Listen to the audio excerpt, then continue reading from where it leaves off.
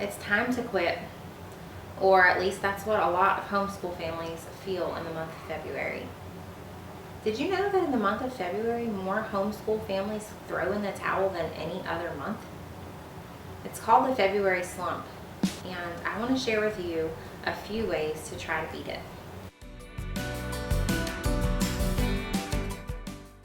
If you're new here, I'm Natalie. I'm a homeschool mom of 4, ages 8, 6, 4, and 2. I've been homeschooling for about 4 years. If you enjoyed this video, please give it a thumbs up, subscribe to my channel, and ring the bell so that you'll get notifications when I post new content. I try to post new videos every Tuesday. So, tip number 1, have a why. Have you ever written down why you're homeschooling? Have you ever really thought about it? If you haven't, this is a great time to do that.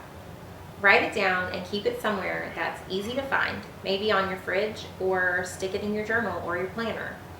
But have it somewhere that you can easily find it if you start feeling like you're down in the slumps.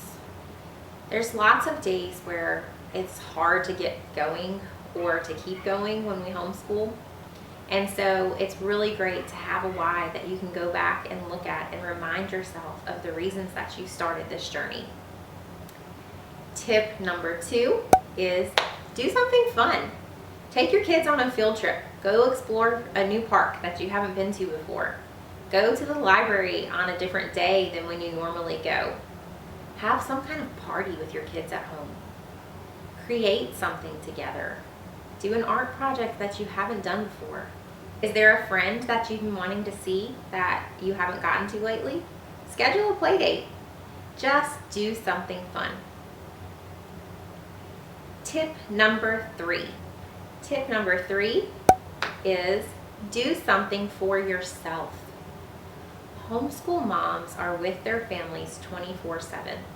It's really easy to get burnout or to put yourself on the back burner. So find a few minutes once a week to do something for you. It could be reading a book, painting your nails, taking an extra long bath. Just find something to do.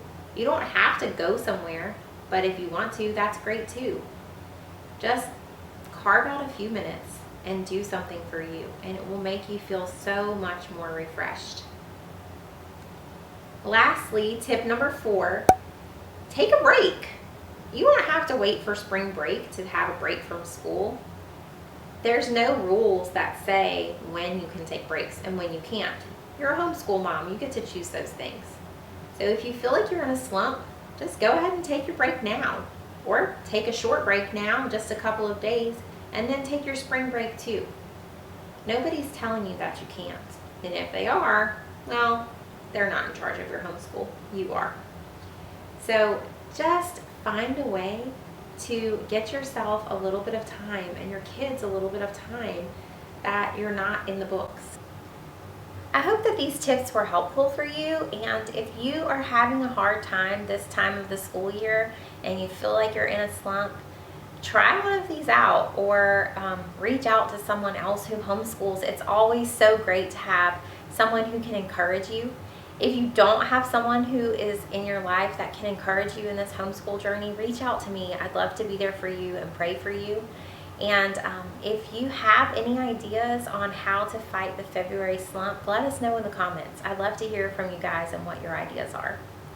So that's it for today, and I hope you have a great rest of the week. Bye.